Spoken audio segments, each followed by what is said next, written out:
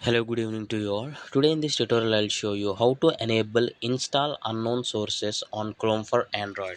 For example, if you used Chrome and through a website, if you downloaded any Android app, and now if you want to try to install that app, it will be something like unknown source, because Android will give you a pop-up like whether you want to continue with this app installation or not, because it is allow app from unknown sources. Previously Android, the option used to be different, but now in the updated version of Android, this is Android 13 I guess, here the option is different. Okay, here the latest versions of Android is different. Now I'll show you how you can enable install unknown sources on Chrome Android. So click on your phone settings. Under phone settings you need to browse through password and security.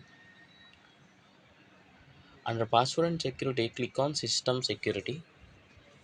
Under system security, click on installation sources. So you need to enable Chrome. By default this will be disabled. Now it is enabled. Now what this option will do is, when you download any app from a external website other than this Google Play Store, you used Chrome and downloaded an app, and now if you try to install, your phone will install it.